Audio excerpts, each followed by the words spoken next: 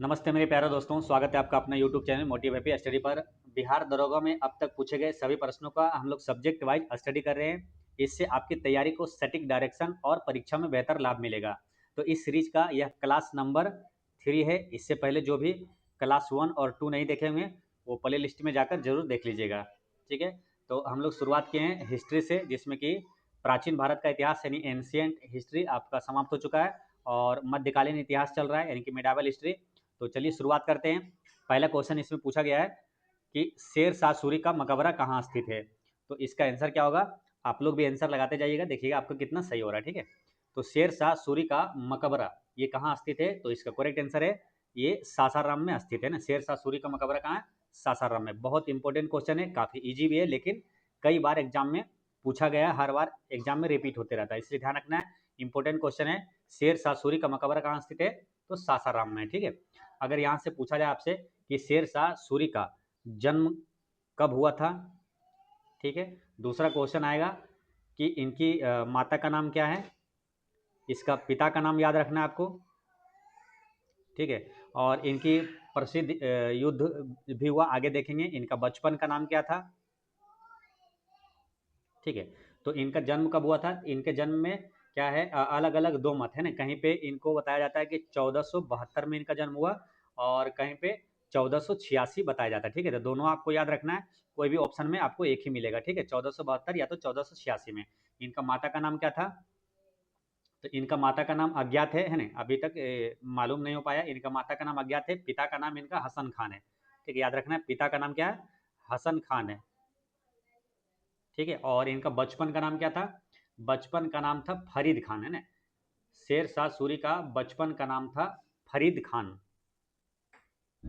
ठीक है, बचपन का नाम था फरीद खान। इन्होंने अकेले एक शेर का शिकार किया था, तब से इसके शेर खां कहा जाने लगा, फिर बाद में इसका नाम शेर शाह सूरी हो गया था। ठीक है, और इनका जन्म सासाराम में हुआ है। ठीक है, ये भी ध्यान रखना। और इनका मकबरा भी कहाँ है, तो सासाराम में है। ठीक है, इनका युद्ध जो है आपसे पूछा जाता है कि चौसा का युद्ध ये किसके बीच लड़ा गया था, तो याद रखना चौसा का युद्ध है एक, जो कि 1539 में हुआ था, और एक है कन्नौज का युद्ध।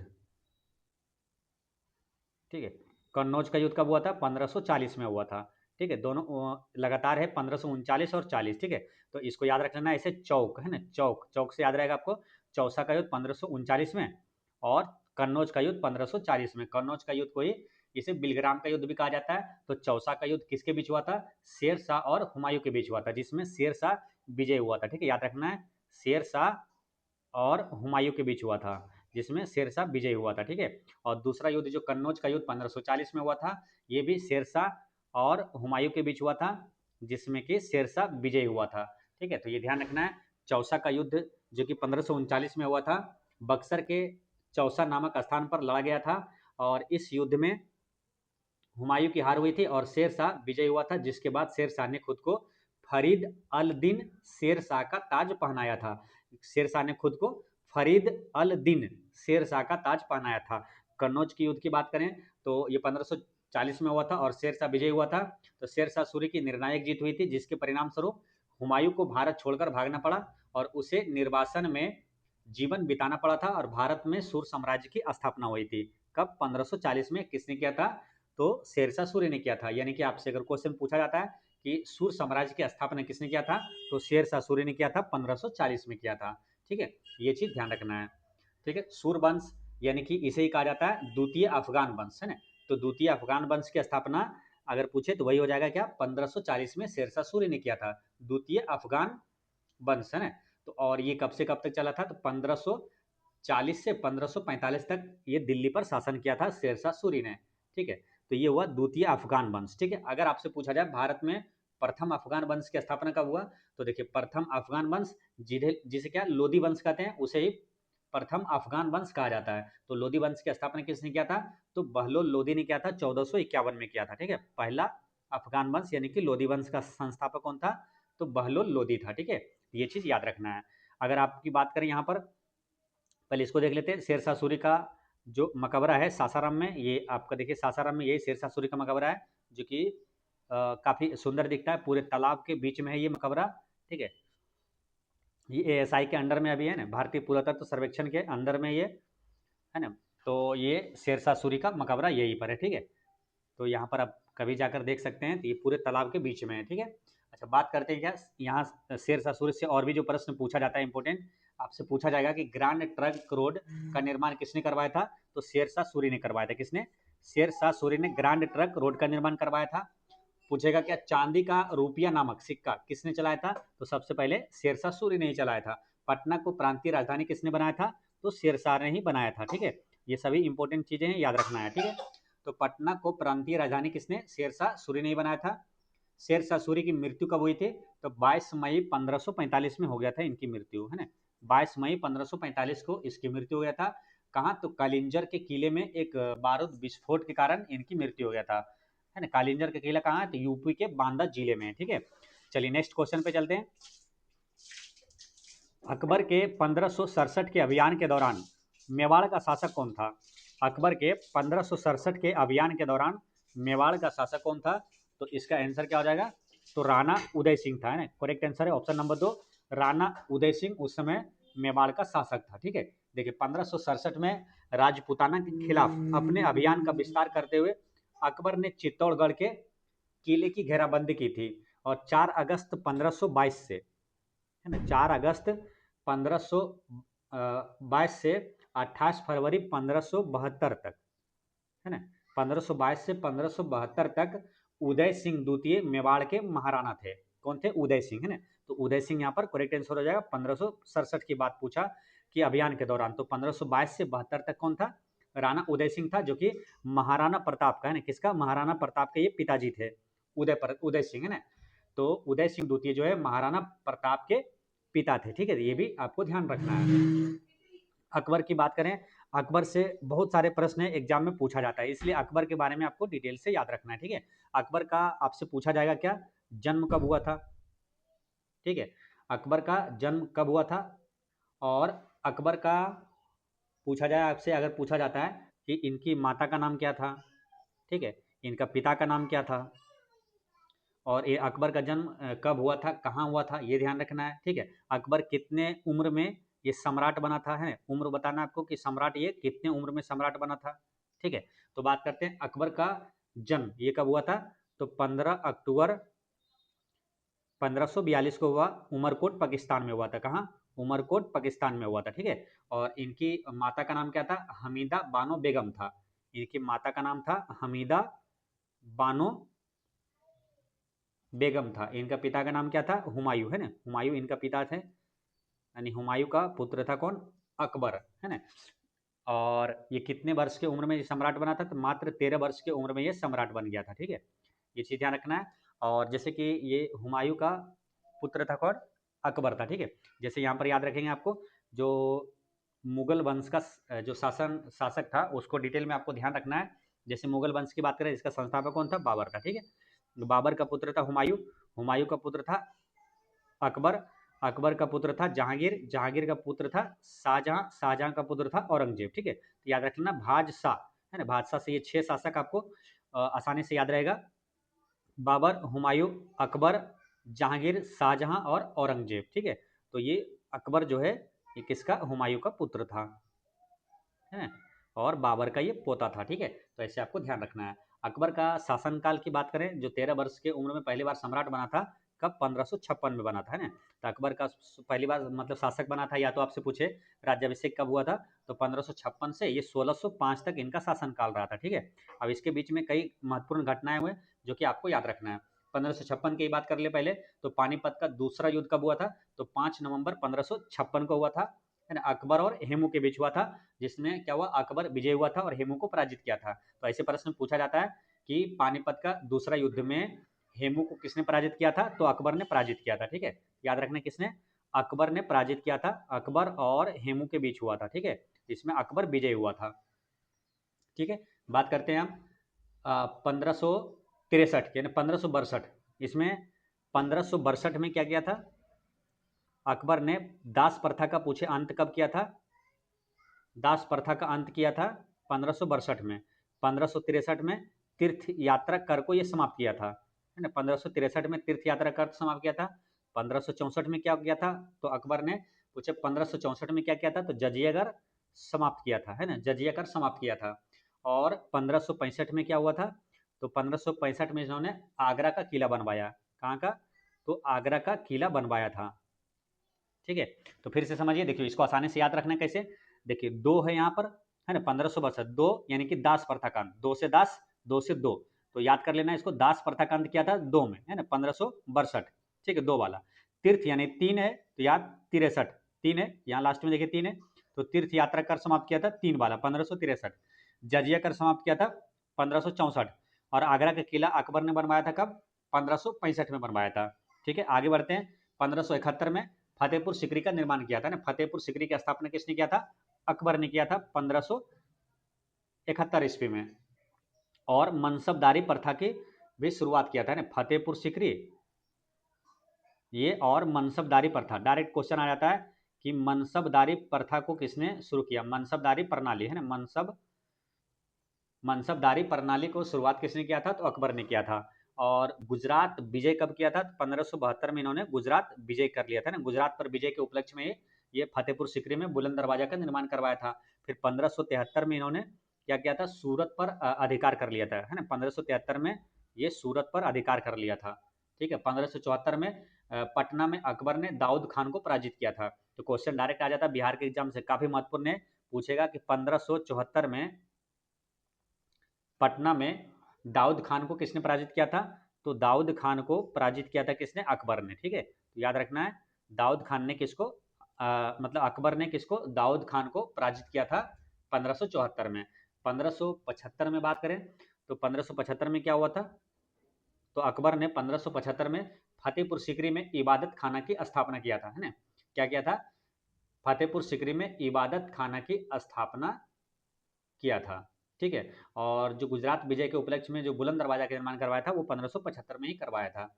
ठीक है, 1576 में हल्दी घाटी का युद्ध हुआ था, अकबर और महाराणा प्रताप के बीच हुआ था। अकबर और महाराणा प्रताप, महाराणा प्रताप जो कि आपको बताए थे, ये महाराणा प्रताप इनके पिता थे, ये उदय सिंह। ठीक है, तो महाराणा प्रताप और अकबर के बीच हुआ था हल्दी घाटी का युद्ध 1576 में, 1576 में हल्दी घाटी का युद्ध। तो ये क्वेश्चन क्या है, ऐसे भी पूछा जाता है कि हल्दी घाटी का युद्ध कब हुआ था, तो 1576 में हुआ था। किसके बीच हुआ था, अकबर और महाराणा प्रताप के बीच हुआ था, जिसमें अकबर विजय हुआ था।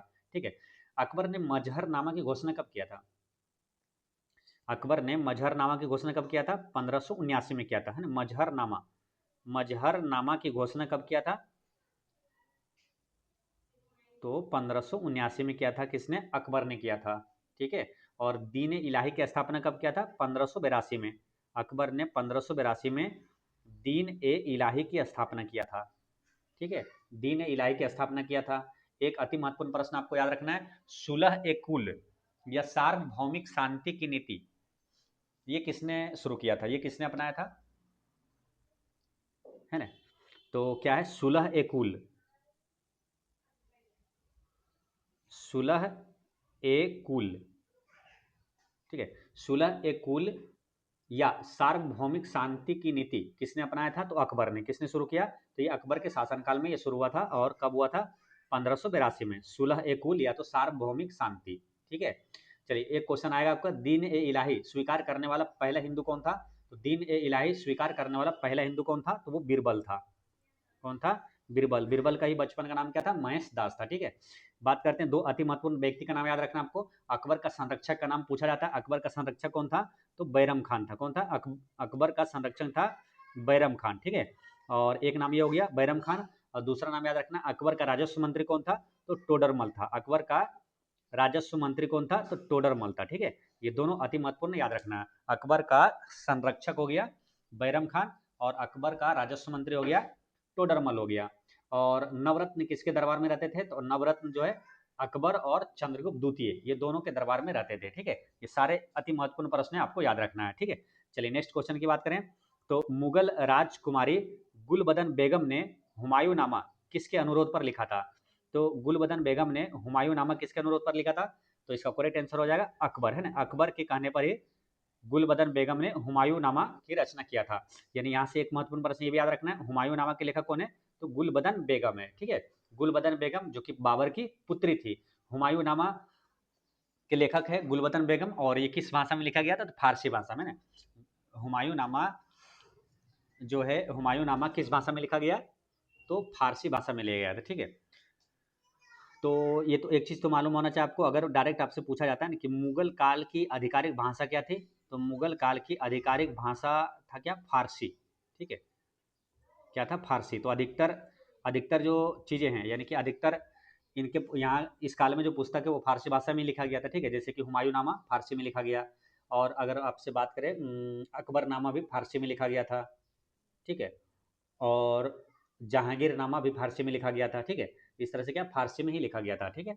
अब यहाँ पर बात करते हैं इस टाइप के जो प्रश्न आता है, तो हुमायूं नामा के लेखक लेखक हो गया आपको गुलबदन बेगम, ठीक है। हुमायूं नामा के गुलबदन बेगम हो गया। आपसे पूछा जाएगा कि अकबरनामा के लेखक कौन है, तो अकबरनामा का लेखक है अबुल फजल, ठीक है, जो कि फारसी भाषा में लिखा गया। बाबरनामा या तो तुजुक ए बाबरी भी इसे कहा जाता है, तो ये किसकी आत्मकथा है? बाबर की, है ना। बाबरनामा ये बाबर की आत्मकथा है। ये किस भाषा में लिखा गया? तो चुगताई, है ना, चुगताई या तो चगताई लिखा जाता है, चगताई भाषा में लिखा गया। चगताई यानी कि तुर्की भाषा में, ठीक है। ये महत्वपूर्ण है क्योंकि ये अलग है, ये तुर्की भाषा में लिखा गया, बाकी सभी क्या फारसी भाषा में लिखा गया। तो याद रखना है, आपसे पूछा जाता है कौन सा जो आत्मकथा है तुर्की भाषा में लिखा गया, तो कौन सा है वो? बाबरनामा, है ना। बाबरनामा यानी तुजुक के बाबरी, बाबरनामा जो है ये तुर्की भाषा में लिखा गया है, ठीक है। ये चीज़ ध्यान रखना है। जहांगीरनामा की बात करें, यानी कि जहांगीरनामा के लेखक ये आत्मकथा ये, ठीक है। या तो तुजुक के जहांगीर इसे कहा जाता है, तो जहांगीरनामा के लेखक कौन है? तो जहांगीर है, क्योंकि आत्मकथा ये है, और ये फारसी भाषा में लिखा गया था, ठीक है। और हुमायूं की बात करें, तो हुमायूं ये कौन हो गया? हुमायूं बाबर का पुत्र था, ठीक है। हुमायूं ये बाबर का पुत्र था। बैरम खान की बात करें तो ये अकबर का संरक्षक था, ठीक है। अबुल फजल आपको बताई दिए, अबुल फजल यानी कि अबुल फजल कौन है? तो अबुल फजल है ना, अकबरनामा के लेखक कौन है? अबुल फजल है, और अकबर के कहने पर ही गुलबदन बेगम ने हुमायूंनामा की रचना किया था, ठीक है। बाकी अकबर के बारे में सारा डिटेल आपको पहले बता चुके हैं, ठीक है। चलिए नेक्स्ट क्वेश्चन क्या है? कन्नौज की लड़ाई किसके बीच लड़ी गई थी? ये भी आपको बता दिए। कन्नौज की लड़ाई आपको बताए थे चौक, है ना, क्या याद रखना है आपको? चौक याद रखना है, यानी कि चौसा का युद्ध और कन्नौज का युद्ध। चौसा का युद्ध 1539 में हुआ था, और कन्नौज का युद्ध 1540 में हुआ था। और दोनों ये युद्ध हुआ था किसके बीच? तो ये दोनों युद्ध हुआ था शेरशाह और हुमायूं के बीच हुआ था ना, शेरशाह और हुमायूं के बीच, है ना। तो ऑप्शन नंबर यहाँ पर 3 करेक्ट आंसर हो जाएगा, है ना। हुमायूं और शेरशाह के बीच हुआ था कन्नौज की लड़ाई, ठीक है। चौक याद रखना है, और दोनों लगातार होता है 1539 1540, और दोनों में क्या हुआ? शेरशाह विजयी हुआ था, ठीक है। दोनों में शेरशाह विजयी हुआ था, दोनों में हुमायूं की हार हुई थी, ठीक है। ये चीज आपको बता चुके हैं। रही बात यहाँ बाबर और राणा संगा, ये बाबर और राणा संगा के बीच कौन सा युद्ध हुआ था? तो यहाँ पर हुआ था खानवा का युद्ध। बाबर और राणा संगा के बीच खानवा का युद्ध हुआ था, जो कब हुआ था? 1527 में, जो कि आपने याद किया था ना कि पानी पियो, खाना खो, चंदा लो, घर जाओ, ठीक है। तो 1526 27 28 29, है ना। तो ये खानवा का युद्ध हुआ था 1527 में, जो कि 1526 में पानीपत का युद्ध हुआ था, प्रथम युद्ध, है ना। अकबर और किसमें? हेमू के बीच हुआ था। पानीपत का 1526 नहीं, पानीपत का प्रथम युद्ध किसके बीच हुआ था? तो बाबर और इब्राहिम लोदी के बीच हुआ था ना। 1556 वाला जो दूसरा युद्ध हुआ था वो होता अकबर और हेमू के बीच हुआ था, ठीक है। तो यहाँ पर याद रखना क्या? बाबर और राणा संगा, है ना। बाबर और राणा संगा के बीच कौन सा हुआ था युद्ध? तो खानवा का युद्ध हुआ था, ठीक है। और रही बात इसमें, एक यहाँ पर क्या लिखा है? जयचंद, है ना। जयचंद से एक युद्ध याद रखना आपको, है ना। जयचंद से कौन सा युद्ध हुआ था? तो चंदावर का एक युद्ध हुआ था 1194 में, है ना। चंदावर का युद्ध किसके बीच हुआ था? तो ये मोहम्मद गौरी और जयचंद के बीच हुआ था, जिसमें मोहम्मद गौरी विजयी हुआ था, ठीक है। और रही बात यहाँ पर अकबर के बारे में आपको बता दें, ये पानीपत का दूसरा युद्ध हुआ था, अकबर और हेमू के बीच हुआ था, जिसमें अकबर विजयी हुआ था। चलिए नेक्स्ट क्वेश्चन देखते हैं।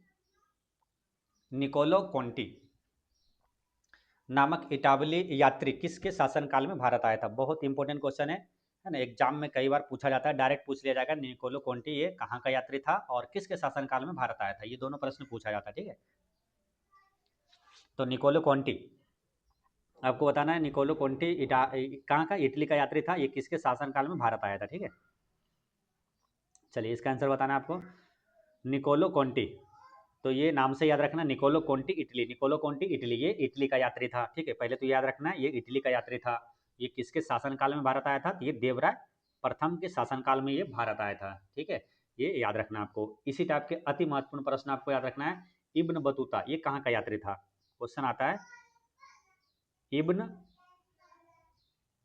बतूता ये कहाँ का यात्री था? तो ये मोरक्को का यात्री था। बहुत इंपॉर्टेंट क्वेश्चन है। ये सब क्वेश्चन क्या होता है मालूम, बार बार रिपीट होता है। इब्न बतूता ये मोरक्को का यात्री था। किसके समय भारत आया था? तो मोहम्मद बिन तुगलक के समय भारत आया था ना, MBT, मोहम्मद बिन तुगलक के समय भारत आया था।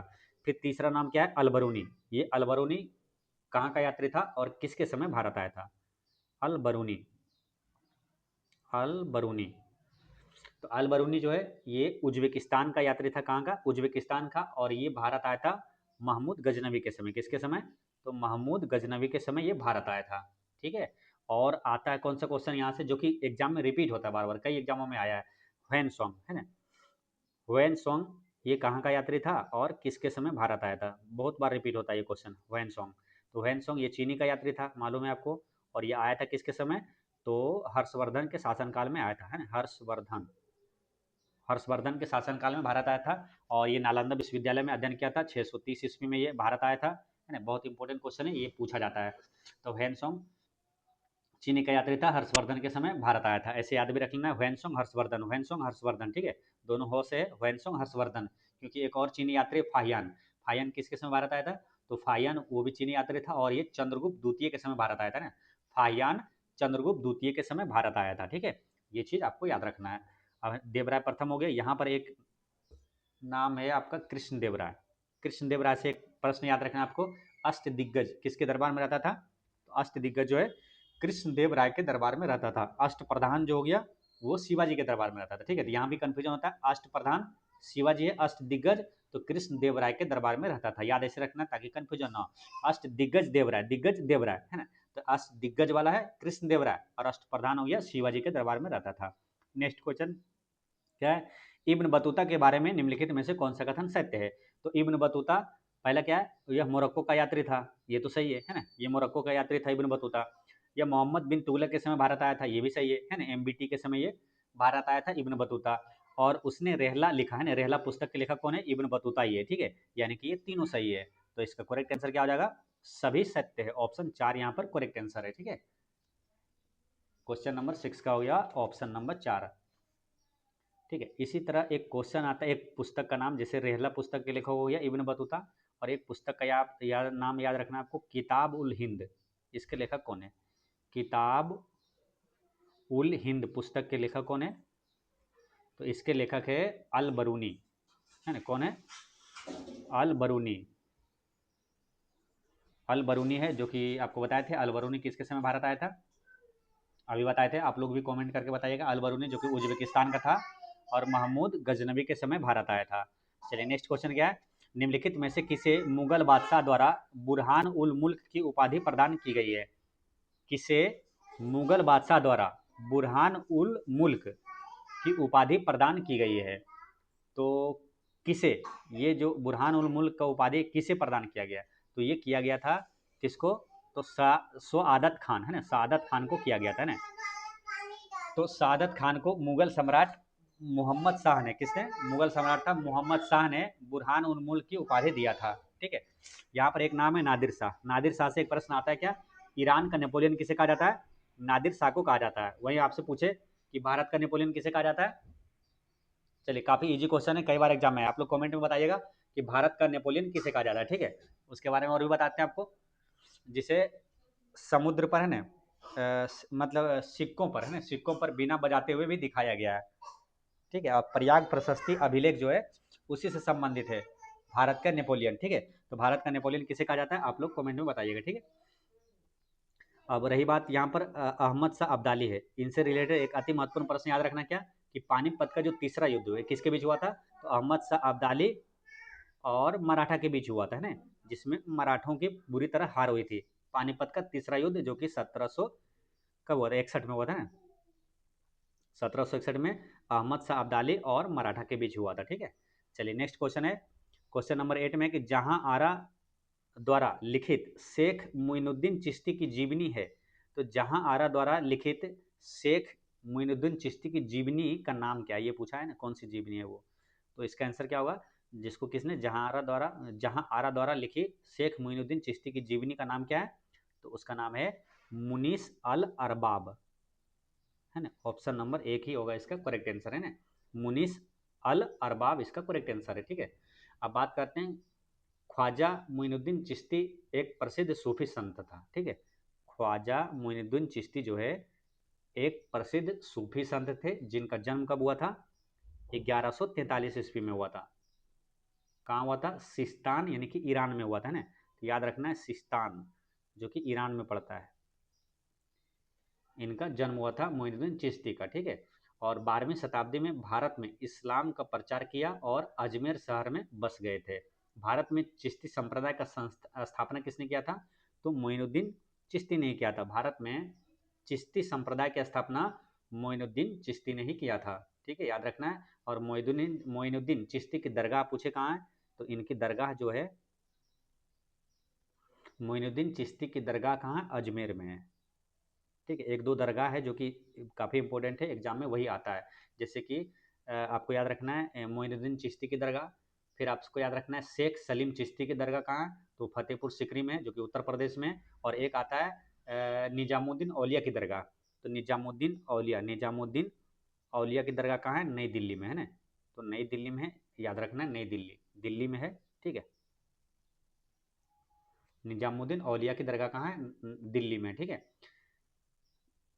चलिए, यहाँ पर एक शब्द है दिया हुआ, तसव्वुफ। तसव्वुफ का अर्थ होता है इस्लामी सूफीवाद या तो रहस्यवाद, ठीक है। इस्लामी सूफीवाद या रहस्यवाद। यहाँ पर एक शब्द है कश्फ उल महजूब, है ना।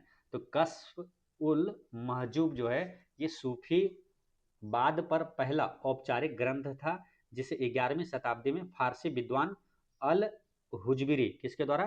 तो फारसी विद्वान अल हुजबिरी अल हुजबिरी द्वारा संकलित किया गया था, ठीक है। तो ये क्या था? कस्ब उल महजूब जो है, ये सूफीवाद पर पहला औपचारिक ग्रंथ था, है ना, जिसे 11वीं शताब्दी में फारसी विद्वान अल हुजबिरी द्वारा लिखा गया था, संकलित किया गया था। नेक्स्ट क्वेश्चन है, निम्नलिखित में से कौन सा अकबर के काल का भूमि का वर्गीकरण नहीं है? अकबर के काल का भूमि का वर्गीकरण कौन सा नहीं है? तो देखिए, अकबर ने, पहले ये सवाल होता है कि अकबर ने अपने राजस्व मंत्री टोडरमल की सहायता से भूमि का वर्गीकरण किया था, ठीक है, एवं प्रत्येक को अलग अलग राजस्व देना तय किया था। तो अकबर के काल में कृषि भूमि को कितने प्रकार में विभाजित किया गया था? तो 4 प्रकार में ये विभाजित किया गया था, ठीक है। वो कौन कौन सा था? तो एक था पोलज, एक था पड़ौती, पड़ौती या तो परौती भी कहीं लिखा रहेगा, ठीक है, पड़ौती। और एक था बंजर, ठीक है। और एक था चचर, चचर था, ये वाला नहीं था, ठीक है। तो 4 वही पूछा, अकबर के काल का भूमि का वर्गीकरण कौन सा नहीं है? तो जरीबा ये नहीं है ना। तो ऑप्शन 4 यहाँ पर करेक्ट आंसर हो जाएगा, जरीबा नहीं है। तो कौन कौन सा 4 है याद रखना है, ठीक है। आगे भी पूछा जाएगा कि इनमें से कौन सा नहीं, ध्यान रखना। पोलज, पड़ौती, बंजर और चचर था, ठीक है। पोलज में क्या होता था? तो पोलज वह भूमि थी जिस पर प्रत्येक फसल के लिए लगातार खेती की जाती थी, और इसे कभी भी परती नहीं रहने दिया जाता था, मतलब हमेशा कृषि लगातार होता था वर्ष भर, ठीक है। ये पोलज कहलाया। परौती की बात करें तो कुछ समय के लिए खेती से बाहर रखी थी ताकि वह अपनी ताकत वापस पा सके, वो परौती कहलाता था, ठीक है। चचर भूमि किसे कहा जाता था? तो चचर भूमि कहते थे वह भूमि जो 3 या 4 वर्षों से परती पड़ी हो, 3 या 4 वर्षों से, ठीक है, वो चचर होता था। अब बंजर किसे बोलते हैं? तो बंजर जो कि 5 साल या उससे अधिक समय से बिना खेती वाली भूमि को बंजर कहा जाता है, यानी कि 5 साल से जो अधिक समय से खेती जिस पर नहीं हुआ, वो बंजर भूमि कहलाता था, ठीक है। तो ये 4 वर्गों में विभाजित हुआ था, याद रखना, पोलज, पड़ौती, बंजर और चचर, ठीक है। तो यहाँ पर आंसर क्या हो गया? ऑप्शन नंबर 4 करेक्ट आंसर है। नेक्स्ट क्वेश्चन क्या है? सल्तनत काल के दौरान दीवान ए अर्ज विभाग देश का था।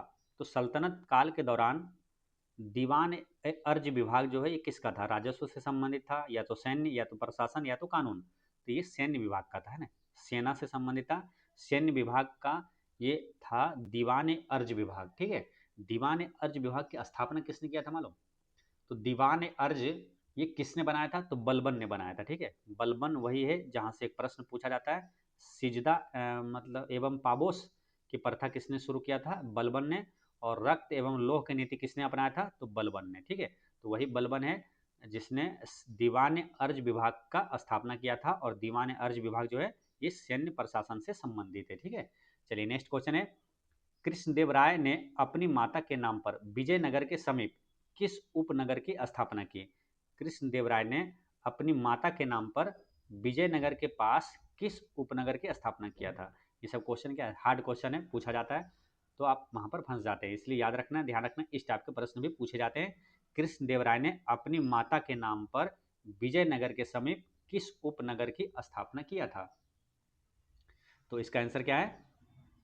तो इसका करेक्ट आंसर है नागलपुरम, है ना। ऑप्शन 4 यहाँ पर करेक्ट आंसर है नागलपुरम। ठीक है, फिर से समझिए, याद रख लीजिए इसको। कृष्णदेव राय ने अपनी माता के नाम पर विजयनगर के समीप किस उपनगर की स्थापना किया था? तो नागलपुरम की स्थापना किया था। ठीक है, ये चीज आपको याद रखना है। ठीक है, अब यहाँ पर शब्द आया कृष्णदेव राय, और क्या क्या है? विजयनगर। ठीक है, तो यहाँ पर समझते हैं, देखिए कृष्णदेव राय की बात करें तो एक क्वेश्चन आता है, किसे आंध्र भोज या तो अभिनव भोज के नाम से जाना जाता है? यानी कि आंध्र भोज किसे कहा जाता है?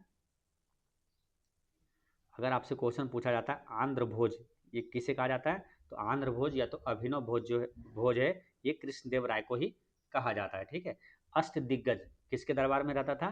तो कृष्णदेव राय के दरबार में ही रहता था अष्ट दिग्गज, और अष्ट प्रधान बताए थे शिवाजी के दरबार में। ठीक है, डोमिंगो पेस और फर्नाओ नूनीज पुर्तगाली यात्री था, किसके शासन काल में विजयनगर साम्राज्य आए थे? तो वो कृष्णदेव राय के समय ही भारत आया था। ठीक है, यानी कि विजयनगर साम्राज्य की ये यात्रा किया था डोमिंगो पेस और फर्नाओ नूनीज, है ना। कौन था? Domingo Paes. ठीक है, डोमिंगो पेस और फर्नाओ नूनीज, याद रखना है, फर्नाओ नूनीज, है ना, पुर्तगाली यात्री था जो कि कृष्णदेव राय के शासनकाल में ही विजयनगर साम्राज्य की यात्रा किया था। ठीक है, इसी तरह आपको क्वेश्चन आता है ना, निकोलो कॉन्टी, ये किसके समय आया था? निकोलो कॉन्टी जो कि इटली का यात्री था, किसके शासनकाल में? देवराय प्रथम के शासनकाल में भारत ये विजयनगर साम्राज्य की यात्रा किया था। ठीक है, विजयनगर साम्राज्य की स्थापना किसने किया था? मालूम? विजयनगर साम्राज्य की स्थापना हरिहर एवं बुक्का ने किया था। कब? 1336 ईस्वी में। ठीक है, ये मालूम है आपको, 1336 ईस्वी में हरिहर एवं बुक्का दो भाई थे, वो उन्होंने किया था। विजयनगर की प्राचीन राजधानी कहाँ थी? तो विजयनगर की प्राचीन राजधानी था ये हम्पी। ठीक है, जो कि हम्पी कहाँ मिलेगा? कर्नाटक में। ठीक है, ये चीज ध्यान रखना है। चलिए नेक्स्ट क्वेश्चन क्या है, किस मुगल सम्राट के शासनकाल में मुगल दरबार बाहर तस्लीम और जमीन बोस लागू किए गए? किस मुगल सम्राट के शासनकाल में मुगल दरबार बाहर तस्लीम और जमीन बोस लागू किए गए थे? तो तस्लीम और जमीन बोस ये लागू हुआ था किसके शासनकाल में? तो इसका आंसर क्या होगा? शाहजहां के शासनकाल में ये लागू हुआ था। ठीक है, तस्लीम और जमीन बोस अभिवादन के तरीके थे। क्या अभिवादन के तरीके थे? तस्लीम और बोस, जमीन बोस। ठीक है, क्या क्या? तस्लीम और जमीन बोस अभिवादन के तरीके थे। तस्लीम का मतलब होता था दाएं हाथ को जमीन पर रखकर फिर हाथ उठाकर माथे पर रखना, ये था तस्लीम का मतलब। ठीक है, दाएं हाथ को जमीन पर रख के फिर उठाकर हाथ को जो है माथे पर रखना। और जमीन बोस का मतलब होता है जमीन को चूमना। ठीक है, ये इसका अर्थ होता था। ठीक है, अब रही बात क्या, शाहजहां। शाहजहां के बारे में इंपॉर्टेंट चीजें पूछा जाता है। मोती मस्जिद जो कि आगरा में है ना, मोती मस्जिद, आगरा वाला मोती मस्जिद का निर्माण किसने करवाया था? शाहजहां ने करवाया था। और दिल्ली के लाल किले में जो मोती मस्जिद है उसका निर्माण औरंगजेब ने करवाया था। ठीक है, काफी महत्वपूर्ण है क्योंकि कंफ्यूजन वाला है। ठीक है, तो याद रख लेना है, आगरा का जो मोती मस्जिद है शाहजहां, इसको ऐसे रिलेट कर लीजिएगा, आगरा में जो ताजमहल है तो शाहजहां के निर्माण ने करवाया था शाहजहां ने, तो आगरा वाला मोती मस्जिद भी शाहजहां ने करवाया था। लेकिन दिल्ली में जो लाल किला में है मोती मस्जिद का निर्माण औरंगजेब ने करवाया था। अब इंटरेस्टिंग ये बात है कि दिल्ली का लाल किला का निर्माण हालांकि शाहजहां ने करवाया था, लेकिन दिल्ली के लाल किला में जो मोती मस्जिद है उसका निर्माण औरंगजेब ने करवाया था। तो इसको रट लेना है, दिल्ली में लाल किला में मोती मस्जिद का निर्माण औरंगजेब ने करवाया था। ठीक है, ताजमहल का निर्माण किसने करवाया था? तो ताजमहल का निर्माण जो कि 1632 में हुआ था, इसका निर्माण शाहजहां ने करवाया था। जामा मस्जिद जो कि दिल्ली में है, इसका निर्माण शाहजहां ने करवाया था। दिल्ली का लाल किला का निर्माण जो कि 1638 में शुरू हुआ, 1648 में बनकर तैयार हुआ, उसका निर्माण भी लाल किला का निर्माण भी शाहजहां ने ही करवाया था, ठीक है, दिल्ली के लाल किला का, ठीक है। फिर आगरा का लाल किला का निर्माण पूछे तो अकबर ने करवाया था, ये भी इंपॉर्टेंट चीज ध्यान रखना, आगरा का लाल किला का निर्माण अकबर ने करवाया था। दो चीज रख लेना यहाँ कि दिल्ली में लाल किले में मोती मस्जिद का निर्माण औरंगजेब ने, और आगरा का लाल किला का निर्माण अकबर ने करवाया था, ठीक है। चलिए बात करते हैं Bihar police constable driver exam 2025 की बेस्ट बुक के बारे में, जो कि चक्षु पब्लिकेशन की है, ठीक है। यहाँ पर देख सकते हैं चक्षु पब्लिकेशन का ये बुक जो है काफ़ी इंपॉर्टेंट है। इसमें आपको 25 मॉडल प्रैक्टिस सेट दिया हुआ है और 2450 प्लस बहुविकल्पीय प्रश्न दिया हुआ है, ठीक है। और यहाँ पर बात करें इसमें आपके एग्जाम के जो पैटर्न के अनुसार और नए सिलेबस के अनुसार इसमें सारा कंटेंट दिया हुआ है। इसमें आप यहाँ पर देख सकते हैं, है ना, जैसे ट्रेड से जहाँ से क्वेश्चन आएगा वो सारी चीज़ें इसमें दिया हुआ है। ऑटोमोबाइल का परिचय एवं इतिहास, सुरक्षा एवं सावधानियाँ, चलते वाहन की खराबियाँ और आकस्मिक मरम्मत, मोटर वाहन अधिनियम और एवं यातायात संकेत, सड़क के नियम, है ना, ये सभी चीज़ें दिया हुआ है। और साथ में आपको टोटल 25 प्रैक्टिस सेट भी मिलेगा, जो कि आपके सिलेबस और अपने पैटर्न के अनुसार रहेगा। और इसमें सबसे बड़ी बात यह है कि जो भी इसमें कंटेंट दिया हुआ है आपको पिक्चर के द्वारा समझाया हुआ है, जो कि आपको काफ़ी आसानी से समझ में आने वाला है ना। यहाँ पर देख सकते हैं सारा चीज़ें ड्राइंग और पिक्चर के द्वारा इसमें समझाया हुआ है, ठीक है, जो कि आसानी से आप इसको समझ जाएंगे और एक बार में आपको याद होता चला जाएगा, ठीक है। उसी प्रकार सभी मॉडल प्रैक्टिस सेट जो है ना, यहाँ पर देख सकते हैं प्रैक्टिस सेट 1 है, तो इसी तरह इसका प्रैक्टिस सेट 1 का इसको पूरा डिटेल सोल्यूशन आपको मिलता है, ठीक है। पूरा सभी 100 प्रश्नों का डिटेल सोल्यूशन भी दिया हुआ है, यानी कि इसी तरह सभी प्रैक्टिस सेट का आपको डिटेल सोल्यूशन इसमें मिलेगा, ठीक है। तो आप अपनी तैयारी को और भी मजबूत बना सकते हैं। आप इसे फ्लिपकार्ट या तो अमेजोन से बाय कर लीजिए, ठीक है, जिसका लिंक जो है डिस्क्रिप्शन में दिया हुआ है, ठीक है। चलिए शुरुआत करते हैं नेक्स्ट क्वेश्चन के। अब यहाँ पर मॉडर्न हिस्ट्री का क्वेश्चन आ गया है ना। तो मॉडर्न हिस्ट्री का ये पहला प्रश्न क्या है, भारतीय राष्ट्रीय कांग्रेस की स्थापना कब हुई थी। तो भारतीय राष्ट्रीय कांग्रेस की स्थापना कब हुई थी। भारतीय राष्ट्रीय कांग्रेस ऐसा चैप्टर है, गारंटी के साथ लिख के ले लीजिए, हर एग्जाम में और हमेशा पूछा जाएगा, ठीक है, हर एग्जाम में पूछा जाता है। भारतीय राष्ट्रीय कांग्रेस से एग्जाम में परीक्षा में प्रश्न आता ही आता है, इसलिए इसलिए भारतीय राष्ट्रीय कांग्रेस से जितने भी अति महत्वपूर्ण प्रश्न हैं आपको हमेशा रट के रखना चाहिए, आसानी से आपको नंबर मिलते हैं। तो भारतीय राष्ट्रीय कांग्रेस की स्थापना कब हुई थी, तो इसका आंसर आप लोग कमेंट में बताइए क्या होगा। तो भारतीय राष्ट्रीय कांग्रेस की स्थापना कब हुआ था, 1885 ईस्वी में हुआ था, ठीक है, 1885 में। भारतीय राष्ट्रीय कांग्रेस की बात करें अगर, देखिए इसकी स्थापना कब हुआ था, तो 1885 में हुआ था, ठीक है। 28 दिसंबर 1885 को बम्बई के ग्वालिया टैंक स्थित गोकुल दास तेजपाल संस्कृत विद्यालय में ए.ओ. ह्यूम द्वारा किया गया था। किसके द्वारा, ए.ओ. ह्यूम द्वारा इसका, है ना, स्थापना किया गया था ना। भारतीय राष्ट्रीय कांग्रेस की स्थापना ए.ओ. ह्यूम द्वारा किया गया था, ठीक है। कब, 1885 में। उस समय कौन वायसराय कौन था, तो लॉर्ड डफरिन था ना, लॉर्ड डफरिन के समय ये स्थापित हुआ था। लॉर्ड डफरिन का कार्यकाल था 1884 से 1888 तक था, तो बीच में ही हुआ था 1885 में।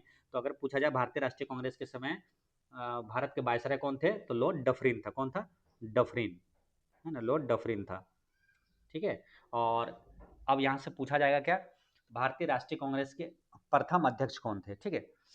प्रथम अध्यक्ष, एक एक प्रश्न आप याद रखिएगा, सभी कतई जहर प्रश्न है, ठीक है। भारतीय राष्ट्रीय कांग्रेस का प्रथम अध्यक्ष कौन था, तो डब्ल्यू.सी. बनर्जी था, ठीक है। बात करते हैं, देखिए भारतीय राष्ट्रीय कांग्रेस के पहला अधिवेशन जो हुआ था 1885 में हुआ था। अध्यक्ष कौन था, डब्ल्यू.सी. बनर्जी था, ठीक है, सभी नोट कर लीजिएगा, डब्ल्यू.सी. बनर्जी था। और ये पहला कहाँ हुआ था, बॉम्बे में हुआ था,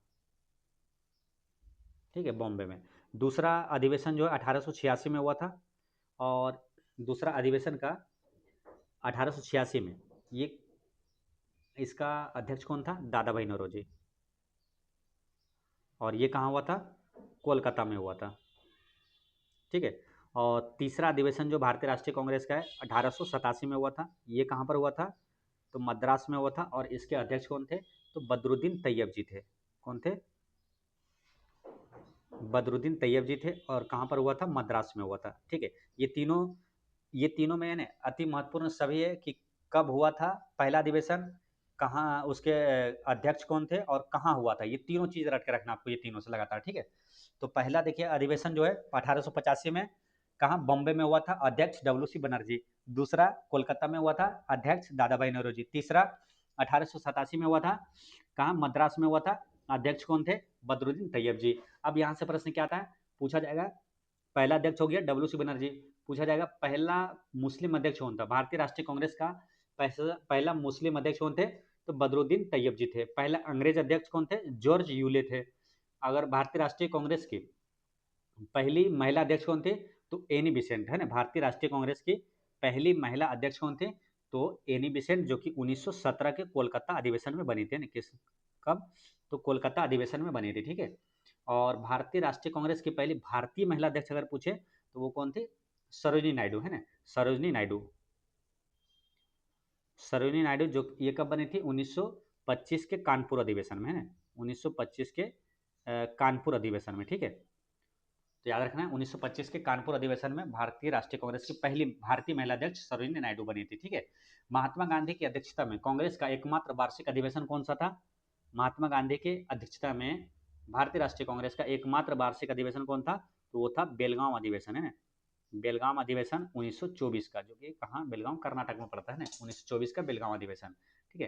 कांग्रेस में पहला बार जो फूट हुआ था, यानी कांग्रेस में विभाजन जो पहली बार हुआ था वो कब हुआ था, तो 1907 का सूरत अधिवेशन में हुआ था, ठीक है। और जो कि नरम दल और गरम दल में विभाजित हो गया था। फिर नरम दल और गरम दल में इसका जो मिलन हुआ था, यानी समझौता कब हुआ था, तो 1916 के लखनऊ अधिवेशन में हुआ था, ठीक है। इसलिए लखनऊ समझौता के नाम से भी वो जाना जाता है, ठीक है। अच्छा, एक प्रश्न आएगा यहाँ कि कौन 3 बार भारतीय राष्ट्रीय कांग्रेस का अध्यक्ष थे। तो कौन से व्यक्ति थे जो कि 3 बार भारतीय राष्ट्रीय कांग्रेस के अध्यक्ष बने थे, तो वो थे दादा भाई नेहरू जी, ठीक है। याद रखना कौन है, दादा भाई नेहरू जी, जिसे grand old man of India कहा जाता है ना। भारत का वयोवृद्ध किसे कहा जाता है, दादा भाई नेहरू जी को, जो कि भारतीय राष्ट्र मतलब कि भारत में राष्ट्रीय आय का अनुमान सबसे पहले किसने लगाया था, दादा भाई नेहरू जी ने लगाया था। धन निष्कासन का सिद्धांत किसने दिया था, दादा भाई नेहरू जी ने दिया था। Un British rule in India पुस्तक के लेखक कौन है, दादा भाई नेहरू जी है, ठीक है। वही दादा भाई नेहरू जी जो कि ब्रिटिश सांसद चुना जाने वाला पहला व्यक्ति है, ठीक है। और उन्हें ही भारतीय राष्ट्रीय कांग्रेस के 3 बार अध्यक्ष बने थे। कब कब, तो ये एक बार बने थे 1800, पहला जो दूसरा अधिवेशन हुआ था 1886 का, जो कोलकाता अधिवेशन में बने थे। फिर बने थे ये 1893 में, है ना, 1893 के लाहौर अधिवेशन में। और तीसरी बार बने थे 1906 के कोलकाता अधिवेशन में, ठीक है। 3 बार ये भारतीय राष्ट्रीय कांग्रेस के अध्यक्ष बने थे, ठीक है। बिहार के एग्जाम की दृष्टि से सबसे महत्वपूर्ण प्रश्न आपको ये बता रहे हैं, इसको ध्यान रखना है कि पूछा जाएगा कि बिहार में भारतीय राष्ट्रीय कांग्रेस का प्रथम अधिवेशन कब हुआ था, कहाँ हुआ था और अध्यक्ष कौन था, ठीक है। बिहार में भारतीय राष्ट्रीय कांग्रेस का प्रथम अधिवेशन कब हुआ था, याद रखना है, 1912 में। भारतीय राष्ट्रीय कांग्रेस का बिहार में प्रथम अधिवेशन जो है कब हुआ था, 1912 में हुआ था। कहाँ हुआ था, तो ये हुआ था पटना के बांकीपुर में, ठीक है। अध्यक्ष कौन था, तो वो था आर एन मुधोलकर। कौन था, आर एन मुधोलकर, ठीक है। और ये था 27वां, ठीक है। अगर डायरेक्ट पूछ लिया जाए कि भारतीय राष्ट्रीय कांग्रेस का 27वां अधिवेशन कहाँ हुआ था, तो पटना में हुआ, 1912 में हुआ था, ठीक है। फिर बात करते हैं डायरेक्ट दूसरा अधिवेशन जो है ना, डायरेक्ट इसका ठीक 10 वर्ष बाद, यानी कि 37वां अधिवेशन, वो हुआ था 1922 में। ये बिहार में था दूसरा अधिवेशन, कहाँ, गया में। इसका अध्यक्ष कौन था, तो चित्तरंजन दास थे। कौन थे, चित्तरंजन दास थे, ठीक है। इससे देखिए चार चार अति महत्वपूर्ण प्रश्न बन जाता है, ठीक है।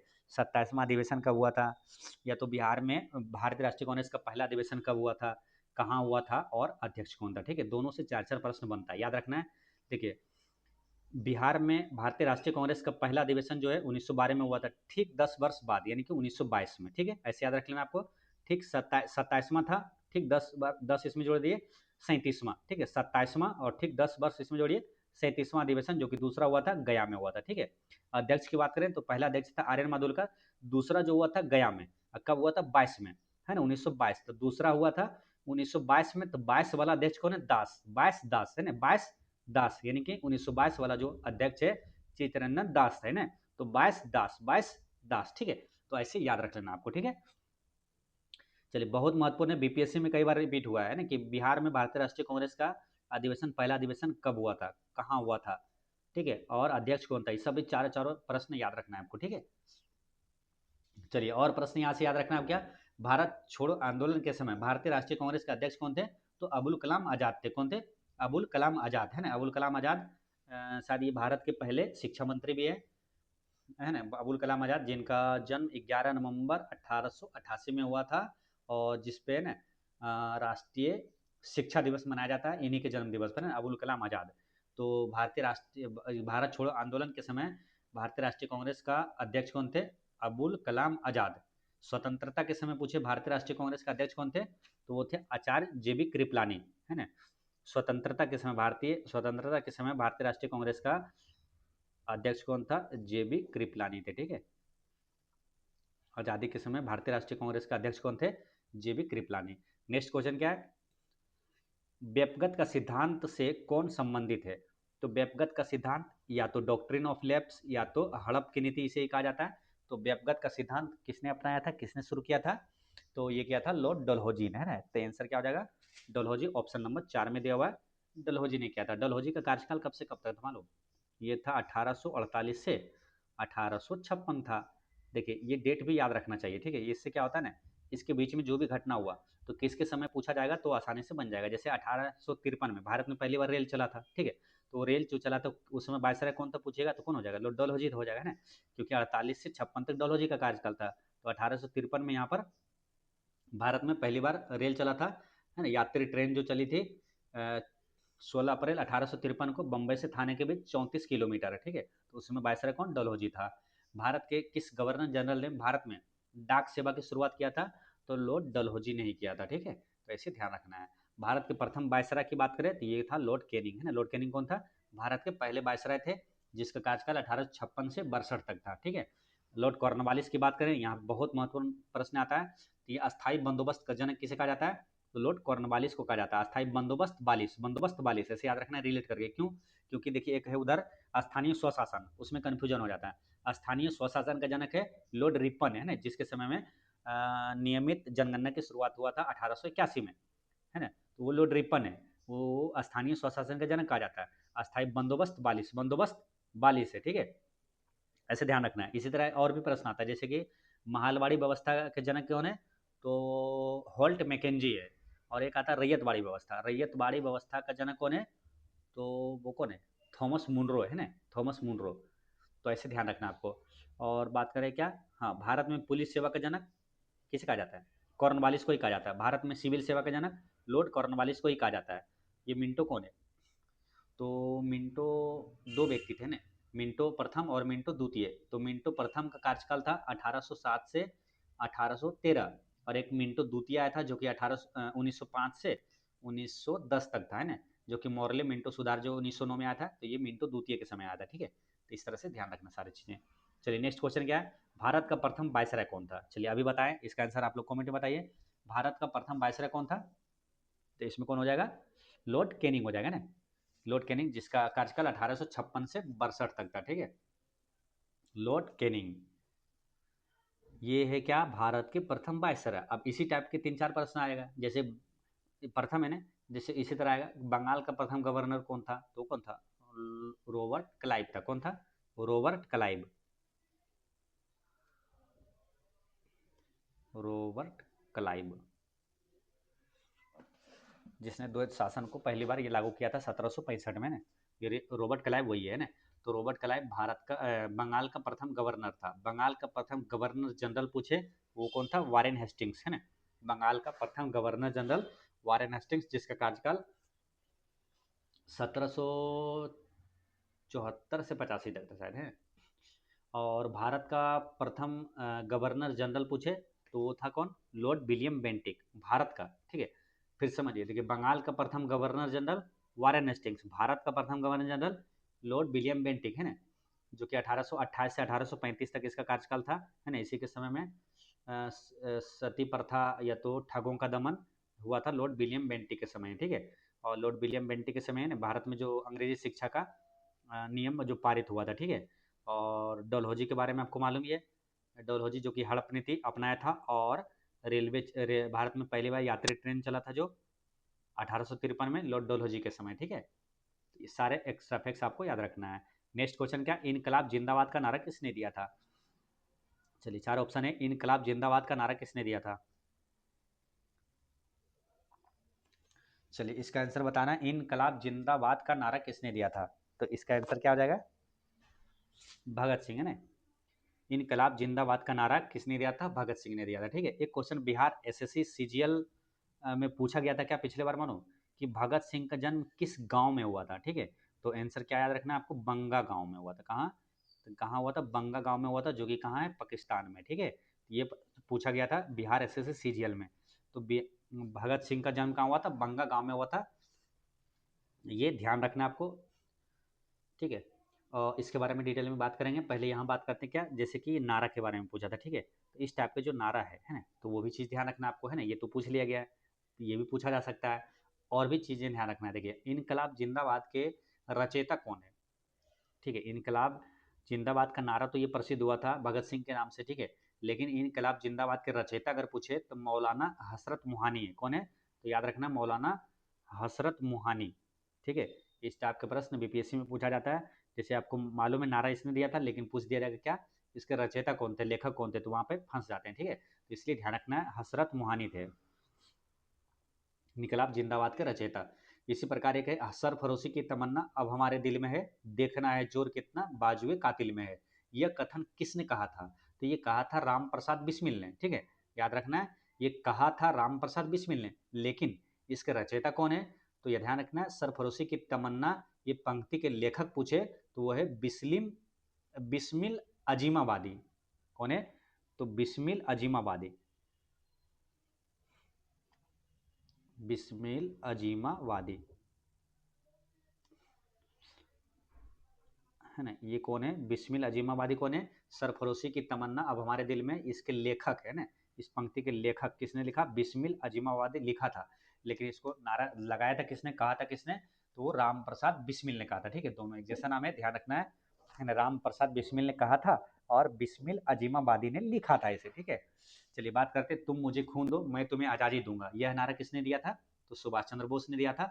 जय हिंद का नारा सुभाष चंद्र बोस ने दिया था, और दिल्ली चलो का नारा सुभाष चंद्र बोस ने दिया था। ठीक है, करो या मरो का नारा महात्मा गांधी ने दिया था, और भारत छोड़ो का नारा महात्मा गांधी ने दिया था। अहिंसा ही धर्म है का नारा महात्मा गांधी ने दिया था, और दुनिया बदलने से पहले स्वयं में बदलाव लाइए, ये नारा किसने दिया था? महात्मा गांधी ने दिया था। ठीक है, ये सभी अति महत्वपूर्ण चीजें हैं, आपको याद रखना है। और बात करें क्या, मैं आजाद हूँ, आजाद रहूंगा और आजाद ही मरूंगा। ठीक है, ये नारा किसने दिया था? तो ये आज़ाद वाली बात है, तो ये चंद्रशेखर आज़ाद ने दिया था। ठीक है, और एक नारा दिया था कि मेरा नाम आज़ाद है, पिता का नाम स्वतंत्रता और पता जेल है, ये किसने कहा था? तो ये चंद्रशेखर आज़ाद ने ही कहा था। ठीक है, चलिए बात करते हैं भगत सिंह का जन्म। ये हुआ था बंगा गांव में, कब? 1907 में हुआ था। ठीक है, अब 1907 आई है, 1907 से कुछ अति महत्वपूर्ण प्रश्न आपको याद रख लेना है। क्या क्या? देखिए, विदेशी धरती पर पहली बार झंडा किसने फहराया था? तो मैडम भेखाजी कामा ने फहराया था। कब? 1907 में ही फहराया था। ठीक है, कहाँ फहराया था? जर्मनी के स्टटगार्ट में फहराया था। याद रखना है, जर्मनी के स्टटगार्ट में। ठीक है, बहुत महत्वपूर्ण प्रश्न है ना, बीपीएससी में पूछा हुआ है। कहाँ फहराया था? जर्मनी के स्टटगार्ट में फहराया था। ठीक है, ये कब? 1907 में ही फहराया था। ठीक है, टाटा जो Tata iron and steel company है, टिस्को, है ना, तो टिस्को की स्थापना कब हुआ था? 1907 में हुआ था। सूरत विभाजन कब हुआ था? 1907 में हुआ था। ठीक है, तो ये सभी चीज़ें आपको याद रखना है। ठीक है, भगत सिंह राजगुरु सुखदेव ने लाहौर में 1928 में ब्रिटिश अधिकारी जॉन सॉन्डर्स को गोली मार दिया था। तो लाहौर षड्यंत्र के मामले में भगत सिंह, राजगुरु और सुखदेव को 7 अक्टूबर 1930 को मौत की सजा सुनाई गई। ठीक है, ये चीज़ ध्यान रखना, यहाँ से भी प्रश्न आता है कि मौत की सजा सुनाई कब गई। ठीक है, तो सुनाई गई थी 1930 में ना, 7 अक्टूबर 1930 को मौत की सजा सुनाया गया, लेकिन इसे फांसी कब दिया गया था? तो 23 मार्च 1931 को लाहौर सेंट्रल जेल में भगत सिंह, राजगुरु और सुखदेव को फांसी पर लटका दिया गया था, 23 मार्च 1931 को। ठीक है, तो वो भी याद रखना है, 23 मार्च 1931 को। ठीक है, फांसी पर लटका दिया गया था। चलिए नेक्स्ट क्वेश्चन है, बक्सर का युद्ध किसके किसके बीच लड़ा गया था?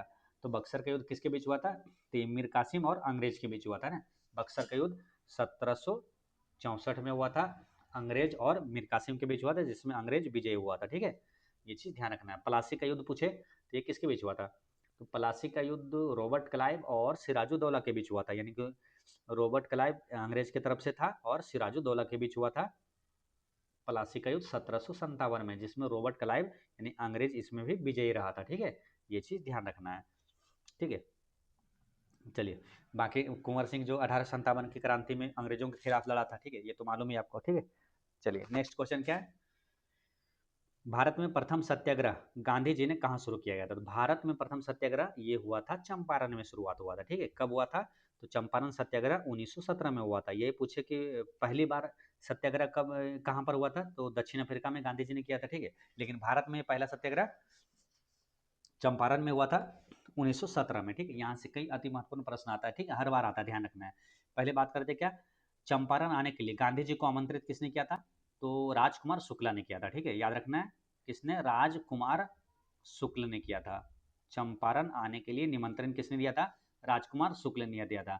और गांधी जी सक्रिय रूप से राजनीति में प्रवेश ने किस आंदोलन से लिया था? तो चंपारण आंदोलन से लिया था। चंपारण जो आंदोलन है ये किसके खिलाफ हुआ था? तो नील की खेती के विरुद्ध हुआ था, है ना, नील की खेती के विरुद्ध हुआ था। इसमें कितनी खेती करना पड़ता था? तो 3 कट्ठा की खेती 20 कट्ठे पर 3 कट्ठे की नील की खेती करना पड़ता था। ये बीपीएससी में पूछा हुआ प्रश्न है, ये ध्यान रखना है। आपको ऑप्शन में दे दिया था कि जैसे कि नील की खेती कितना करना पड़ता था, आपको दे दिया था ऑप्शन में 3/20, 6 बाय आपको दे देगा 20, है ना, 4/20 या तो 3/10, इस तरह से, ठीक है। ध्यान रखना है 3/20 होगा ना, 20 कट्ठे पर 3 कट्ठे की खेती नील की खेती करना पड़ता था, ठीक है। अब यहाँ पर बात करते क्या कि एक क्वेश्चन आता है कि चंपारण आंदोलन के समय गांधी जी की जान किसने बचाई थी? तो वो बचाया था बत्तख मियाँ ने, ठीक है। याद रखना किसने बचाया था? बत्तख मियाँ ने बचाया था, ठीक है। चलिए नेक्स्ट क्वेश्चन क्या है, महात्मा गांधी कब भारतीय राष्ट्रीय कांग्रेस के अध्यक्ष बने थे? तो एकमात्र अधिवेशन में बने थे, आपको बताए थे, वो था बेलगांव अधिवेशन, है ना। कब था? 1924 का था ना, 1924 के बेलगांव अधिवेशन में बने थे, यानी ऑप्शन नंबर 3 यहाँ पर करेक्ट आंसर है, ठीक है। चलिए इसी टाइप का आता है क्वेश्चन कि जो हुआ था ना गोलमेज सम्मेलन, तो किस गोलमेज सम्मेलन में गांधी जी भाग लिया था? तो पहला गोलमेज सम्मेलन हुआ था 1930 में, दूसरा हुआ था 1931 में, तीसरा हुआ था 1932 में ना। तो ये दूसरे गोलमेज सम्मेलन में गांधी जी भाग लिया था, ठीक है। उसी प्रकार भारतीय राष्ट्रीय कांग्रेस का एकमात्र अधिवेशन ये 1924 के बेलगांव अधिवेशन में ये अध्यक्ष बने थे, ठीक है। चलिए नेक्स्ट क्वेश्चन है, बंगाल विभाजन कब हुआ था? बंगाल विभाजन मालूम है आपको, 1905 में हुआ था। इस समय वायसराय कौन था? लॉर्ड कर्जन, है ना। लॉर्ड कर्जन के समय बंगाल विभाजन हुआ था 1905 में, ठीक है। और बंगाल विभाजन 1905 में हुआ था। 1905 में और क्या हुआ था? स्वदेशी आंदोलन कब हुआ था? 1905 में हुआ था। लॉर्ड कर्जन का कार्यकाल कब से कब तक था? 1899 से 1905 तक था, ठीक है। और इसके शासनकाल में जो जो कार्य हुआ महत्वपूर्ण पूछा जाएगा, किसके शासनकाल में हुआ? तो आंसर कर्जन हो जाएगा। जैसे कि 1904 में हुआ था क्या, भारतीय विश्वविद्यालय अधिनियम, ये कब पारित हुआ था? तो 1904 में। तो किसके समय हुआ? लॉर्ड कर्जन के समय, ठीक है। अभिनव भारत समिति यानी कि यंग इंडिया सोसाइटी की स्थापना कब हुआ था? तो 1904 में हुआ था। किसने किया था? तो बी डी सावरकर ने किया था, ठीक है। अच्छा बात करें क्या बंगाल विभाजन रद्द कब हुआ था? तो ये हुआ था रद्द रद्द रद्द हुआ था कब? 1911 में, है ना, लॉर्ड हॉर्डिंग के समय, है ना, लॉर्ड हॉर्डिंग के समय हुआ था, ठीक है। चलिए बात करते हैं नेक्स्ट क्वेश्चन की, वर्ष 1857 में मेरठ में प्रथम सिपाही विद्रोह की आग किस दिन भड़की? मेरठ में प्रथम सिपाही विद्रोह की आग किस दिन भड़की? तो ये कौन सा दिन था, तारीख कौन था? तो 10 मई था ना। तो आंसर क्या हो जाएगा? ऑप्शन नंबर 1, है ना, 10 मई 1857 को मेरठ में हुआ था, ठीक है। तो ये चीज़ ध्यान रखना है। यहाँ से इंपॉर्टेंट क्वेश्चन आता है कि कौन कहाँ से नेतृत्व किया था। यहाँ पर ध्यान रखना है 1857 के क्रांति के प्रमुख नेता और उनके स्थान, है ना। जैसे कि आपसे पूछ लिया जाएगा 1857 क्रांति में दिल्ली से नेतृत्व किसने किया था? तो बहादुर शाह जफर ने किया था और बख्त खान ने किया था, ठीक है। याद रखना है बहादुर शाह जफर वही था जो कि अंतिम मुगल बादशाह है, बहादुर शाह जफर या तो बहादुर शाह द्वितीय बोलते हैं इसको, ठीक है। तो ये ऑप्शन में अगर नहीं रहेगा तो बख्त खान याद रखना, ठीक है, दिल्ली से नेतृत्व किया था। लखनऊ से बेगम हजरत महल, अहमदुल्ला शाह और बिरजिस कादिर, ये तीनों था, ध्यान रखना है। झांसी से नेतृत्व किसने? रानी लक्ष्मीबाई ने किया था। कानपुर से नाना साहब और तात्या टोपे ने किया था। बिहार से या तो जगदीशपुर से पूछे तो कुंवर सिंह ने किया था। बैरकपुर से मंगल पांडे ने किया था। और गोरखपुर से किसने किया था? गजाधर सिंह ने किया था, ठीक है। तो ये सारे जो है याद रखना आपको, ठीक है। चलिए नेक्स्ट क्वेश्चन क्या है, महात्मा गांधी की हत्या नाथूराम गोडसे ने निम्नलिखित में से किस दिन किया था? तो महात्मा गांधी की हत्या नाथूराम गोडसे ने निम्नलिखित में से किस दिन ने किया था, मतलब गांधी जी की मृत्यु कब हुई थी, है। तो ये कब हुआ था? 30 जनवरी 1948 को। ऑप्शन नंबर 4 यहाँ करेक्ट आंसर है, ठीक है। 30 जनवरी 1948 की शाम को नई दिल्ली में स्थित बिड़ला भवन में गोली मारकर हत्या कर दिया गया था, ठीक। गांधी जी का जन्म कब हुआ था? तो ये हुआ था 2 अक्टूबर 1869 में हुआ था ना। कहाँ? पोरबंदर, गुजरात में हुआ था, ठीक है। देखिए गांधी जी का जन्म जो है 2 अक्टूबर को और मृत्यु 30 जनवरी का। ये दोनों डेट से एक एक प्रश्न पूछा जाएगा। कौन कौन सा आता है? अंतर्राष्ट्रीय अहिंसा दिवस कब मनाया जाता है? 2 अक्टूबर को, ठीक है। और शहीद दिवस कब मनाया जाता है? तो 30 जनवरी को, ठीक है। ये दोनों चीजें भी याद रखना आपको, ठीक है। गांधी जी की माता के नाम क्या था मालूम? तो वो था पुतली बाई, आपको मालूम है ना। गांधी जी की माता का नाम पुतली बाई, ठीक है। पिता का नाम पूछा जाएगा। गांधी जी का पिता का नाम, गांधी जी की पत्नी का नाम, ठीक है। और गांधी जी के कितने बेटे थे? तो गांधी जी का पिता का नाम क्या था? पिता का नाम करमचंद गांधी था, है ना। करमचंद गांधी। पत्नी का नाम क्या था? कस्तूरबा गांधी।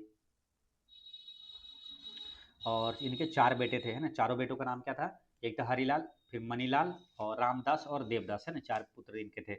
चलिए इनके पुस्तक इंपॉर्टेंट है जो कि पूछा जाता है। सत्य के साथ मेरे प्रयोग के लेखक कौन है? तो गांधी जी है। हिंद स्वराज पुस्तक के लेखक कौन है? गांधी जी है। मेरे सपनों का भारत पुस्तक के लेखक कौन है? गांधी जी है, ठीक है। याद रखना है इनका समाचार पत्र है, याद रखना है इंडियन ओपिनियन, है ना। इंडियन ओपिनियन जो कि दक्षिण अफ्रीका में एक समाचार पत्र है, ये इन्होंने चलाया था। इसके संपादक कौन है? गांधी जी है। यंग यंग इंडिया समाचार पत्र के लेखक कौन है? तो गांधी जी है। और नवजीवन के गांधी जी है। हरिजन का गांधी जी है। देखिए हरिजन में 3 प्रकार का, एक हरिजन है, एक है हरिजन बंधु, है ना, और एक है हरिजन सेवक। तो हरिजन जो है अंग्रेजी भाषा में था, हरिजन बंधु गुजराती में था, हरिजन सेवक हिंदी में समाचार पत्र था। ये तीनों हरिजन का जब भी आएगा तो ये गांधी जी हो जाएगा, ठीक है। नेक्स्ट क्वेश्चन क्या है? निम्नलिखित में से किसे लोकनायक कहा जाता है? तो आंसर क्या हो जाएगा? लोकनायक। देखिए एक लोकनायक और एक है लोकमान्य। अब देखिए ऑप्शन में दोनों दिया हुआ है कंफ्यूजन के लिए, है ना। लोकमान्य, देखिए एक बाल गंगाधर तिलक है और एक है जयप्रकाश नारायण, है ना। दोनों कंफ्यूजन के लिए इसीलिए दोनों यहाँ ऑप्शन में ये दिया है। तो इसको याद रखना क्या है? देखिए लोकमान्य जो है, लोकमान्य किसे कहा जाता है? तिलक को, ठीक है। इसको याद कैसे रखना है? लोकमान्य यानी कि किसी को मान सम्मान देते हैं तिलक लगाकर, ठीक है। ऐसे याद रखना है, किसी को मान सम्मान देते हैं तिलक लगाकर, ठीक है। तो लोकमान्य हो जाएगा बाल गंगाधर तिलक, है ना। और लोकनायक हो जाएगा जयप्रकाश नारायण, ठीक है। तो यहाँ पर आंसर क्या होगा? ऑप्शन नंबर 4, है ना। लोकनायक हो जाएगा जयप्रकाश नारायण हो जाएगा, ठीक है। तो ऐसे याद रखना है लोकमान्य, बाल गंगाधर तिलक। जयप्रकाश नारायण की बात करें तो संपूर्ण क्रांति का नारा किसने दिया था? जयप्रकाश नारायण ने दिया था। 1950 में सर्वोदय योजना का सुझाव किसने दिया था? जयप्रकाश नारायण ने दिया था, ठीक है। और ये 1942 में जो भारत छोड़ो आंदोलन के समय, भारत छोड़ो आंदोलन के समय ये किस जेल से ये फरार हो गए थे? तो हजारीबाग सेंट्रल जेल से ये फरार हो गए थे, ठीक है। ये सारे एक्स्ट्रा फैक्ट्स आपको याद रखना है। नेक्स्ट क्वेश्चन क्या है? भारत का व्यापारिक संबंध सबसे पहले किस यूरोपीय देश से स्थापित हुआ था? तो भारत का व्यापारिक संबंध सबसे पहले किस यूरोपीय देश से स्थापित हुआ था? ये पुर्तगाल से हुआ था, ठीक है। तो ये आंसर याद रखना है। तो पुर्तगाल से हुआ था। जैसे अगर पूछा जाए कि भारत आने वाला पहला यूरोपीय देश कौन था? ये पुर्तगाल था, है ना। पुर्तगाली था। और भारत आने वाला पहला पुर्तगाली यात्री कौन था? तो पुर्तगाली यात्री था वास्को डी गामा, है ना, वास्को डी गामा, ठीक है। बहुत इंपॉर्टेंट यहाँ से प्रश्न आता है, हमेशा एग्जाम में आता है, ठीक है, ध्यान रखना है। तो पहला यूरोपीय देश था पुर्तगाल और पहला यात्री भारत आने वाला था वास्को डी गामा। ये भारत कब आया था? 1498 में आया था। कहाँ? केरल के कालीकट पर आया था, है ना। इसका स्वागत किसने किया था? जमोरिन ने किया था, ठीक है। किसने? जमोरिन ने किया था, ठीक है। और दूसरी बार ये भारत आया था वास्को डी गामा का 1502 में आया था, ठीक है। और यहाँ से क्या ध्यान रखना आपको कि वास्को डी भारत के लिए समुद्री मार्ग की खोज किसने किया था? तो वास्को डी गामा ने किया था, ठीक है। ये चीज़ ध्यान रखना है। अच्छा ये अमेरिका की खोज किसने किया था? तो कोलंबस ने किया था, ठीक है। तो वो चीज़ ध्यान रखना है ना, कोलंबस ने किया था, ठीक है। तो यहाँ से ये चीज़ ध्यान रखना है। अच्छा और भी एक क्वेश्चन याद रखना है आपको कि गोवा पर पुर्तगालियों ने अधिकार ये कब किया था? 1510 में किया था ना। और 1961 में फिर गोवा को आज़ाद कराया गया था ना। तो भारतीय सेना द्वारा गोवा को पुर्तगाली से कब आज़ाद कराया गया था? 1961 में आज़ाद करवाया गया था, ठीक है। और एक चीज़ ध्यान रखना क्या कि अंग्रेजों ने पुर्तगालियों को कौन सा शहर है ना दहेज में दे दिया था? तो मुंबई को, है ना, याद रखना, मुंबई को दहेज में दिया था। ठीक है, चलिए नेक्स्ट क्वेश्चन क्या है, अंग्रेजों को सुनहरा फरमान कब प्रदान किया गया था? अंग्रेजों को सुनहरा फरमान जो है ये कब प्रदान किया गया था? चलिए इसका आंसर क्या होगा? तो इसका करेक्ट आंसर है, ये कब प्रदान किया गया था? 1632 में किया गया था ना, 1632 ईस्वी में अंग्रेजों को सुनहरा फरमान दिया गया था। देखिए 1632 में अंग्रेजों को गोलकुंडा के सुल्तान ने सुनहरा फरमान सुनाया था। इस फरमान के तहत कंपनी को अधिकार मिला कि वे 500 पैगोडा वार्षिक कर के बदले गोलकुंडा के सभी बंदरगाहों से स्वतंत्रता पूर्वक व्यापार कर सकते थे। गोलकुंडा तेलंगाना के हैदराबाद में स्थित है। ठीक है, ये चीज़ ध्यान रखना है आपको। और यहाँ पर 1632 आई है, 1632 से एक चीज़ ध्यान रखना चाहिए आपको कि ताजमहल का निर्माण कब शुरू हुआ था? 1632 में हुआ था और 1648 में ये बनकर तैयार हुआ था। ठीक है, तो ये सारी चीज़ें आपको याद रखना है। ठीक है, तो आज की वीडियो इतना तक ही रहने देते हैं और एक क्वेश्चन आपसे पूछकर यहाँ पर जाते हैं और इसका आंसर आप लोग कमेंट बॉक्स में बताइएगा। ठीक है, पुर्तगालियों ने गोवा पर अधिकार कब किया था? चलिए इसका आंसर आप लोग को कमेंट में बताना है। मिलते हैं नेक्स्ट वीडियो में। पढ़ते रहे, मुस्कुराते रहे। जय हिंद दोस्तों।